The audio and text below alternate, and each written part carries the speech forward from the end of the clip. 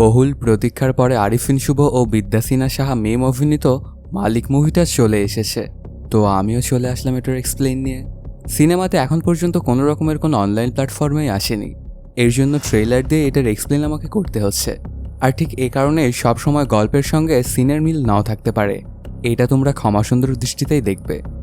তোমাদের জন্য এত কষ্ট করে নতুন নতুন সিনেমার গল্প নিয়ে আসি, তাহলে তো একটা লাইক আমি আশা করতেই পারি। কোনো স্পয়লার না দিয়ে আর চ্যানেলটা সাবস্ক্রাইব করে চলো তাহলে গল্পের গভীরে ঢুকে পড়া যাক। সিনেমার শুরুতেই একটা এলাকা দেখানো হয়। সেই এলাকাতে আবার সিন্ডিকেট করে সব কিছু দেখাশোনা করতো দুই ভাই। মিশা এবং তার বড় ভাই মিলেই গ্যাংস্টার সম্পর্কিত সব কিছু দেখাশোনা করত। আর ওদের এই এলাকার মেইন মাথা হচ্ছে মিশার বড় ভাই। কিন্তু এলাকার মধ্যে যে যাই করতে চাক না কেন, ওদের দুই ভাইয়ের কাছেই আসতে হয়। এলাকার ঘাটে যত দেশি বিদেশি মাল আসে সবগুলোর কন্ট্রোল তারাই করে। এই নিয়ে প্রতিদিন তো মিঠুর সঙ্গে তাদের সংঘর্ষ প্রায় সময় লেগেই থাকতো। মিঠু যদিও একলা একলা অনেক পাওয়ারফুল ছিল, কিন্তু ওদের দুই ভাইয়ের সামনে টিকতে পারে না, যার কারণে মিঠু শুধু সুযোগ খুঁজত। এরপর হঠাৎ করে একদিন মারা যায় মিশার বড় ভাই। এই ব্যাপারটাতে গোটা এলাকার গ্যাংস্টার মহলে তো দুঃখে ছেয়ে যায়। তবে মনে মনে মিশা খুশি হচ্ছিল, কারণ সে গোটা সিন্ডিকেটটাকে এখন সে একাই সামলাবে। আসলে ওর বড় ভাই জীবিত থাকতেও যদিও তিনি সব কিছুর হুকুম দিতেন, কিন্তু সব কাজ করত মিশাই। যে কাজই হোক না কেন সেটা মিশাকেই করতে হতো। ওদের এই এলাকাতে মিশারও প্রভাব ছিল চরমে, তাই মিশা অনেক আগে থেকেই কল্পনা করে নিচ্ছিল যে সিন্ডিকেটের আসলে সেই বসবে। কিন্তু সবাইকে অবাক করে দিয়ে সেই সিন্ডিকেটের দায়িত্ব নেয় মিশার বড় ভাইয়ের বউ, ওনার নাম নিমা। এই ব্যাপারটাতে মিশা সহ তার অনুসারীরা সবাই ক্ষেপে বোম হয়ে যায়, কিন্তু কিছুই করার নেই ওদের। যেহেতু ওর বড় ভাইয়ের স্ত্রী, এর জন্য ওনার তো একটা আলাদা জায়গা ছিলই। ওদের গ্যাংয়ের বেশিরভাগ মেম্বাররাই ওনাকে সম্মান করত। নিমা দাপটের সঙ্গে সিন্ডিকেট চালাতে শুরু করে। কেটে যায় বেশ কয়েক বছর। এরপর স্ক্রিনে আসে মিশার ছেলে। মিশা তার ছেলেকে নিয়ে খুব গর্ব করত। নিজে যে সিন্ডিকেটের দায়িত্ব নিতে পারেনি, সেই সিন্ডিকেটের দায়িত্ব ছেলের মাধ্যমেই ফিরে পেতে চায় মিশা, আর তার ছেলেকেও সেজন্য সেভাবেই বড় করতে থাকে। কিন্তু মিশার ছেলের আবার একটা বদভ্যাস আছে, সে সব মেয়েদের নির্যাতন করত। মেয়েদের গলায় দড়ি বেঁধে কুকুরের মতো ঘোরাতো। হঠাৎ করে মিশার ছেলে উঠে পড়ে একটা বাসে সেখানে থাকা নারীদেরকে নির্যাতন করার জন্য। তারপর সেখানে গিয়েই মেয়েদেরকে জ্বালাতন করতে থাকে এবং সাথে টর্চারও করছিল। সেই বাসের মধ্যে আবার আগে থেকেই বসেছিল শুভ। মিশার ছেলে এই ব্যাপারটা খেয়ালই করেনি, আর সেখানে মেয়েদেরকে নির্যাতন করেই যাচ্ছিল। এই ব্যাপারটাতে খুবই রাগান্বিত হয়ে যায় শুভ। আর সে আসলে নিমার ছেলে, মানে মিশার ছেলের চাচাতো ভাই। তখন শুভ সেখানে থাকা গুন্ডা পান্ডাদেরকে এক এক করে মারতে শুরু করে। চেলাপেলা সবাইকে মেরে একদম শেষ করে ফেলে। তারপর ধরে আবার মিশার ছেলেকে। শুভর মা আসলে মেয়েদের উপরে নির্যাতন একদমই পছন্দ করতেন না, কারণ ছোটবেলাতে তিনিও একইভাবেই নির্যাতিত হতেন। তাই কেউ যদি কোনো মেয়েকে নির্যাতন করতেন, তাহলে তাকে সবার সাথে গলা কেটে মেরে ফেলতেন। আর ঠিক এ কারণেই শুভর মধ্যেও মায়ের সেই প্রত্যেকটা গুণই আছে। সেও কোনো মেয়েদের ওপর হওয়া নির্যাতনটা সহ্য করতে পারত না। এর জন্য এখানে প্রচণ্ড মারধর করতে থাকে মিশার ছেলেকে। এক পর্যায়ে এক কোপে তারা গলাটাই নামিয়ে ফেলে। এই ব্যাপারটাতে পুরো সবাই থমকে গিয়েছিল। সেখানে মানুষজন কারো মুখ দিয়ে কোনো কথাই বেরোচ্ছিল না। এই ব্যাপারটা শোনা মাত্রই তো খুবই খারাপ অবস্থা হয়ে গিয়েছিল মিশার। তার একমাত্র ছেলেকেই মেরে ফেলল নিমার ছেলে। আগে তো তার রাগটা ছিল শুধুমাত্র তার ভাবির ওপর, কিন্তু এখন যেহেতু শুভ তার ছেলেকে মেরে ফেলেছে, এর জন্য তার ওপর আরও বেশি রাগান্বিত হয়ে যায় সে। তাকে জানে মেরে তারপরেই দম নেবে মিশা। ছেলে মৃত্যুর প্রতিশোধ তাকে নিতেই হবে। অন্যদিকে শুভ মায়ের মতো একই সাজা দিয়ে বাড়ি ফিরে আসলে মা এটা জানতে পেরে শুভর সাথে আর কথাই বলে না। আসলে নিমা তার ছেলের সাথে শুধু আজ থেকে নয়, আরও গত 20 বছর ধরে কথা বলেন না। এর পেছনে অবশ্য একটা কারণ আছে। ছোটবেলাতে শুভ রেগে গিয়ে একজনকে মেরে ফেলেছিল, যে ব্যাপারটা ওর মা আবার একেবারেই নিতে পারেনি। আর ঠিক এ কারণে সে শুভকে এইসব ব্যাপার স্যাপার থেকে দূরে থাকতে বলেছিল। কিন্তু শুভ মায়ের কোনো কথাই শোনেনি, আর সেই থেকেই মা শুভর সাথে আর কথা বলতো না। আর ঠিক এ কারণেই শুভর মায়ের মুখে গত 20 বছর ধরে একদিনও হাসি ফোটেনি। শুভ তার মায়ের সঙ্গে সবসময় কথা বলার চেষ্টা করত, কিন্তু তার মা তার সঙ্গে একদমই কথা বলতেন না। এই ব্যাপারটাতে আবার খুবই কষ্ট পেত শুভ। ওর মা ওর সঙ্গে কথা বলে না তো কি হয়েছে, তারপরেও সে মা ছাড়া কিছুই বুঝতো না। সব জায়গাতেই মাকেই নিয়ে আসতো। আর ওর মায়ের সিন্ডিকেটের প্রধান গ্যাং মেম্বার হিসেবে এখন সেই আছে, সব কিছু সেই দেখাশোনা করে। এরপর হঠাৎ করে একদিন শুভ ওর মায়ের সঙ্গে গ্রামে চলে আসে, কারণ কয়েক বছর আগে মিশা ঝামেলা করে ওদের জমিগুলো নিজের করে নিয়েছিল। আর শুভদের নিজের জমি আবার ওরা ফিরিয়ে নিতেই গ্রামে এসেছে, কিন্তু জমির সকল হিসাব নিকাশ তো ছিল ওই গ্রামের প্রান্তে থাকা আরেকজনের কাছে। তার পরপরই শুভরা চলে আসে ওনার কাছে। ওর সাথে দেখা করে কথা বলে শুভ বুঝতে পারে এই লোকটা মনে হচ্ছে ভালো মানুষ। এর জন্য শুভ তার কাগজপত্র ওনার কাছে দেয়, আর তার সব জমিগুলো তার নামে করে দেওয়ার দায়িত্বটা ওর কাঁধেই দিয়ে যায়। তারপর সেখান থেকে সোজা চলে আসে আবার নিজের এলাকায়। এদিকে দেখা যায় মিশা তার ছেলের প্রতিশোধ নেওয়ার জন্য পুরো পাগল হয়ে যায়। তার জীবনের শেষ সম্বলটুকুও কেড়ে নিয়েছে শুভ, এর জন্য ওকে মারতে হবে। কিন্তু নিজের গ্যাংয়ের লোককে পাঠালে তো হয়তোবা চিনে ফেলবে শুভ, এর জন্য বাহির থেকে গুন্ডা ভাড়া করে আনে সে এবং পাঠায় শুভকে মারার জন্য। এরপর শুভ যখন একটা জায়গাতে বসেছিল তখন সেই গুন্ডারা চলে আসে ওর কাছে। শুরু হয়ে যায় ওদের মধ্যকার ফাইট। এতগুলো সন্ত্রাসী মিলেও শুভর কিছুই করতে পারে না, সবাইকে বেধম পিটনা দিতে থাকে শুভ। দেখতে দেখতে ওদের সবাইকেই ধরাশায়ী করে ফেলে সে। এরপর তারা সেখান থেকে পালিয়ে যায়। আসলে এর আগে অনেকবারই শুভকে মারার চেষ্টা করেছিল মিশা, কিন্তু শুভ এতটাই শক্তিশালী ছিল যে তাকে মারতে সক্ষম হয় না সে, এমনকি মিশার প্রতিশোধটাও পূরণ হয় না। এর পরপরই দেখা যায় ওদের এলাকার এমপিকে, ওনার নাম সালাউদ্দিন। আসলে ইনিই মূলত এই সিন্ডিকেটটা চালনা করতেন, আর এই এলাকার দুই প্রতিদ্বন্দ্বী মানে মিশা এবং শুভকেও নিজের হাতের মুঠোতেই রাখতেন সালাউদ্দিন। প্রথম দিকে যদিও সালাউদ্দিনের কথা শুনত শুভ, কিন্তু কিছুদিন পরেই সে বুঝতে পারে যে সালাউদ্দিন তাদেরকে ব্যবহার করছে, এই জন্য তার কথা আর শুনত না শুভ। আর এই ব্যাপারটাতে অনেক বড় মাপের ক্ষতি হয়ে যায় সালাউদ্দিনের। সিন্ডিকেট থেকে প্রথম দিকে সে বিপুল পরিমাণ অর্থ উপার্জন করত, কিন্তু এখন যেহেতু শুভ তার কথা শুনছে না, এর জন্য সিন্ডিকেট থেকে সে আর তেমন কোনো টাকা পয়সাই পায় না। এগুলো ঠিকঠাক করতে হলে কিছু একটা যে করতে হবে এটা বুঝতে পারে সালাউদ্দিন। ওই এলাকাতে আবার মিশা এবং শুভ বাদেও আর একটা গ্যাংস্টার ছিল, ওর নাম মিঠু। আর আগে থেকেই মিশা এবং মিঠুর কোনোভাবেই জমতো না, কিন্তু নিজের মঞ্জিল হাসিল করার জন্য সালাউদ্দিন মিশা এবং মিঠুকে এক করে দেয়। যদিও ওদের দুজনেরও ইন্টারেস্ট ছিল ব্যাপারটাতে, কারণ শুভ যতদিন বেঁচে আছে ততদিন ওরা দুজনের কেউই সাইন করতে পারবে না। এর জন্য ওরা দুজনে একত্রিত হয়ে শুভকে রাস্তা থেকে হটিয়ে দেবে এবং গোটা সিন্ডিকেটটাকে ওরা সামলাবে। ঠিক এ কারণে ওদের দুজনকে একসঙ্গে করে এবং হাত মিলিয়ে এখন কাঁধে কাঁধ লাগিয়ে ওদেরকে কাজ করতে বলে। এই ব্যাপারটাতে মিশাও রাজি হয়ে যায়, কারণ এখন সিন্ডিকেটটা তার নিজের করে নেওয়ার থেকে বেশি জরুরি হচ্ছে তার ছেলের খুনের বদলা নেওয়া, যেটা সে একা একা নেওয়ার অনেক চেষ্টা করেছে, কিন্তু কোনোভাবেই শুভর কিছুই করতে পারছিল না। এর জন্য ওরা তিনজন একসঙ্গে হাত মিলায়। অন্যদিকে মিঠু দীর্ঘদিন ধরে সিন্ডিকেটটাকে নিজের করে নেওয়ার চেষ্টা করছিল, কিন্তু পারছিল না। একা যে কখন এটা করতে পারবে না সেটা সেও খুব ভালো করে বুঝতে পারে, এর জন্য সেও মিশার সঙ্গে হাত মিলায়। আসলে ওদের তিনজনের ইন্টারেস্টই একটা জায়গা, সেটা হচ্ছে শুভ। আর শুভকে যদি হাঁটাতে পারে তাহলে ওদের তিনজনেরই লাভ।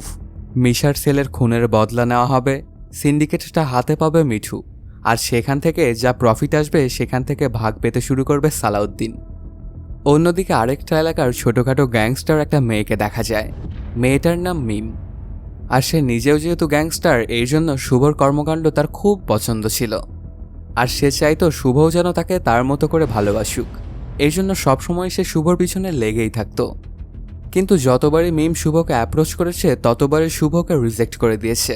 শুভ কোনোভাবেই তার জীবনের সঙ্গে একটা মেয়ের জীবন জড়িয়ে নষ্ট করতে চাইতো না, সে মিমকে কোনো রকম কোনো পাত্তাই দিত না। এভাবে কেটে যায় অনেক দিন। শুভ যে কতবার মিমকে রিজেক্ট করেছে এর কোনো হিসেবই নেই। এরকম দেখতে দেখতে মিম একদিন চলে আসে শুভর মায়ের কাছে, এসে ওনাকে বলতে থাকে, আপনার ছেলের জন্য আমার ঘুম হয় না, যখনই ঘুমানোর চেষ্টা করি তখনই আপনার ছেলে আমার সামনে চলে আসে, আর এভাবে রাতের পর রাত নির্ঘুম রাত্রি যাপন করছি। এসব কিছু শুনে খানিকটা হতবাক হয়ে যায় মা, আর জিজ্ঞেস করে, এমন কি করেছে তোমার সাথে শুভ যে তুমি ওর কারণে ঘুমাতে পারছো না? মিম তখন বলে, আমি তো শুভকে ভালোবাসি এবং অনেকবারই অ্যাপ্রোচ করেছি, কিন্তু প্রত্যেকবারই সে আমাকে রিজেক্ট করে দিয়েছে। সে কি অন্য কোনো মেয়েকে ভালোবাসে? আর সে অন্য কোনো মেয়েকে কি বিয়ে করবে? ওর মনের মধ্যে কী চিন্তাভাবনা হয়? এইসব ভাবনা থেকেই আমার ঘুম উড়ে যায়।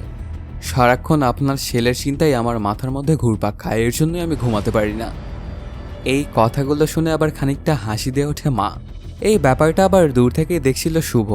ওর মাকে হাসতে দেখে সে অবাক হয়ে যায় যে মা তার সঙ্গে 20 বছর ধরে কথা বলে না, কারোর সাথে কখনো হেসেও কথা বলে না, সেই মা কিনা আজ মিমের কথাতে হেসেছে।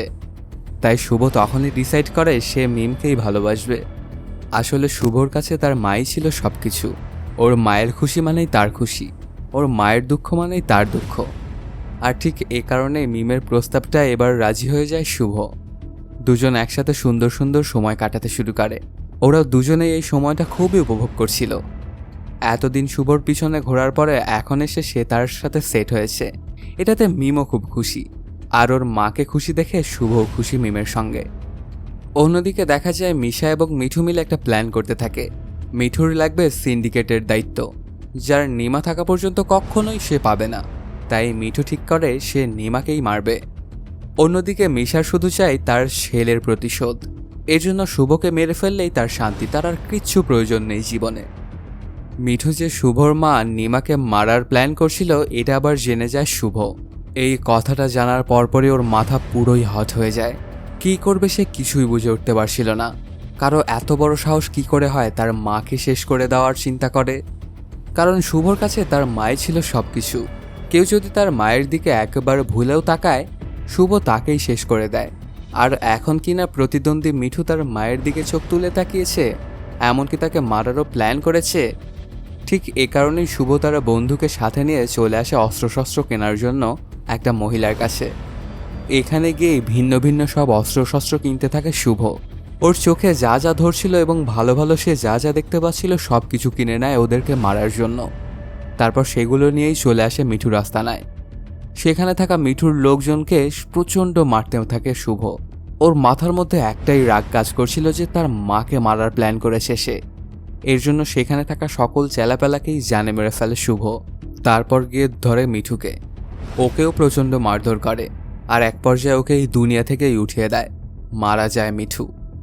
সে যখন এইসব কাণ্ড কারখানা করছিল ঠিক তখনই ওর পেছন থেকে চলে আসে মিম আর শুভর পিঠের মধ্যে ছুরি ঢুকিয়ে দেয়। এই ব্যাপারটাতে পুরো স্তব্ধ হয়ে যায় শুভ। তার মুখ দিয়ে কোনো কথাই বেরোচ্ছিল না, শুধু সে অবাক দৃষ্টিতে চেয়েছিল মিমের দিকে, যাকে সে এত বেশি ভালোবেসেছে সেই কিনা আজকে তার পিঠের মধ্যে চাকু ঢুকিয়ে দিল। ভালোবাসার এই প্রতিদান দিল মিম। ঠিক তখনই আবার একটা সত্য সামনে চলে আসে। মিম আসলে মিঠুরি মেয়ে। নিজের চোখে সে তার বাবার মৃত্যু দেখে কোনোভাবেই আর সহ্য করতে পারেনি। এর জন্য নিজেকে কন্ট্রোল করতে না পেরে শুভকে ছুরিকাঘাত করেছে মিম। এই সব কিছু জানার পরে শুভ বলতে থাকে, আমি আসলে সত্যিই জানতাম না যে মিঠু তোমার বাবা আমার মাকে মারার প্ল্যান করছিল। আর এটা জানতে পেরে আমার মাথা গরম হয়ে যায়, তাই আমি তোমার বাবাকে মারতে বাধ্য হয়েছি। যদি জানতাম তোমার বাবা, তাহলে হয়তো নিজেকে কন্ট্রোল করার চেষ্টা করতাম। এইসব কোনো কথাই যেন কান দিয়ে ঢুকছিল না মিমের, কারণ ওর চোখের সামনে ওর বাবা মারা গেল।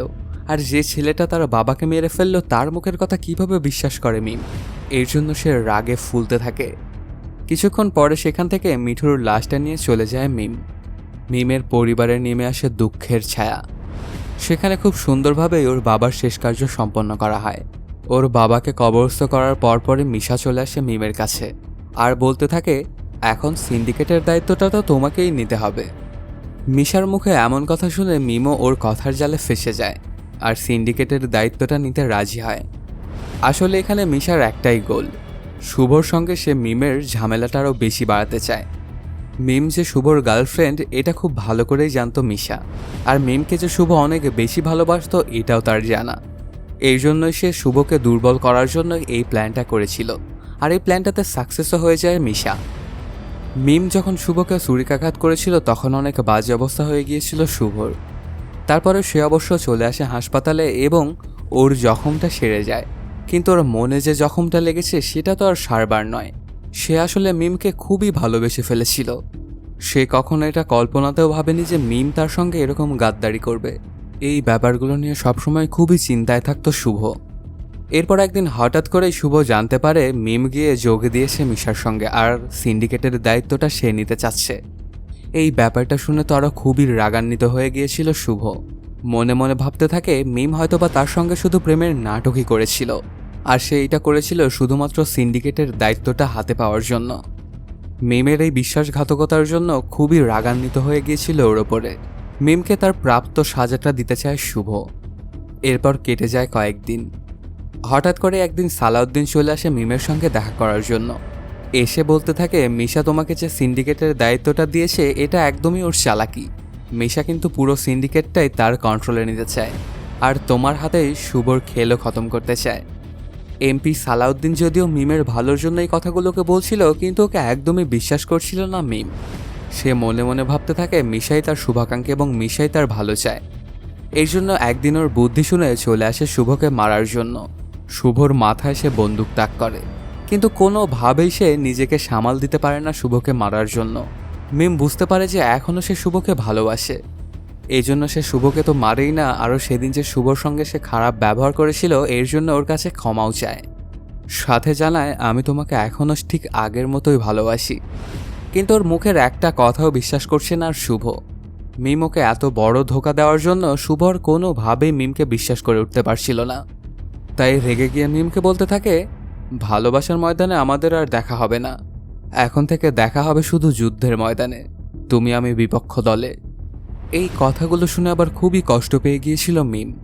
সে যে কত বড় মাপের ভুল করেছিল এবং তার কত মূল্যবান একটা জিনিসকে সে হারিয়ে ফেলল, সেটা শুভ ওর কাছ থেকে দূরে চলে যাওয়ার পরে সে বুঝতে পারছে।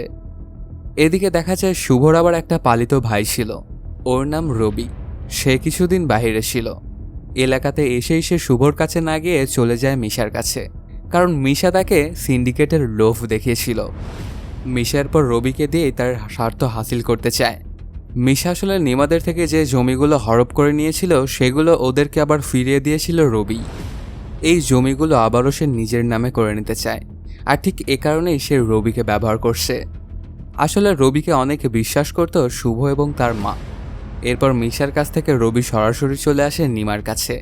এসেই প্রথমে ওনাকে ভালো করে বলে জমির কাগজপত্রগুলো দেওয়ার জন্য, কিন্তু এতদিন পরে নিজেদের জমি আবার নিজের নামে ফিরিয়ে পেয়েছে নিমা, এজন্য কোনোভাবেই সে এটা দিবে না বলে জানিয়ে দেয়। তখন রবি ওনার সঙ্গে জোর জবরদস্তি করতে শুরু করে। এই ব্যাপারটাতে অনেক রাগান্বিত হয়ে যায় রবি, আর এক পর্যায়ে শুভর মায়ের হাতের একটা আঙ্গুল কেটে ফেলে সে। শুধু এটাই নয়, ওই জমিগুলো সব দখল করে ফেলে। এরপর সেখান থেকে শুভর মাকে ধরে নিয়ে চলে আসে মিশার কাছে। শুভর মাকে যেভাবে মিশার কাছে ধরে আনা হয়েছে এটা আবার জানতে পেরে যায় মিম।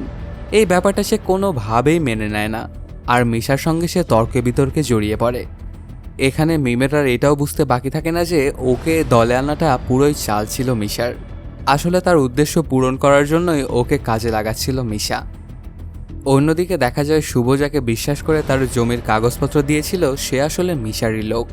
এর জন্য ওদের জমি সবগুলো বেদখল হয়ে যায়। বাদবাকি যে জমিগুলো ছিল সেগুলোও মিশার নামে করে দেয় সেই লোকটা। এই ব্যাপারগুলোতে খুবই রাগান্বিত হয়ে যায় শুভ। তার পরপরই ওর কাছে খবর আসে ওর মাকে নাকি মিশার কাছে ধরে নিয়ে যাওয়া হয়েছে। তাই সে প্রচণ্ড রাগান্বিত হয়ে চলে আসে মিশার আস্তানাতে। সেখানে আসলে দেখতে পায় মিম বাদে সেখানে থাকা সবাই মিশার দিকে, এমনকি শুভর সবচেয়ে কাছের বন্ধু শিবলু সেও মিশার সঙ্গে যোগ দিয়েছে। মিঠু যে শুভর মাকে মারার প্ল্যান করছিল এটা আসলে সে প্ল্যান করেইনি। এই ব্যাপারটা ছড়িয়েছিল মিশা এবং শিবলু মিলে। আর শিবলুর উপর শুভর এতটাই বিশ্বাস ছিল যে সে যা বলেছিল তাতেই বিশ্বাস করেছিল সে। এই জন্য সে মিঠুকেই মেরে ফেলেছিল। পুরোটাই ছিল তাদেরই ষড়যন্ত্র। সিন্ডিকেট থেকে মিঠুকে সরিয়ে দিতেই এমন প্ল্যান করেছিল মিশা।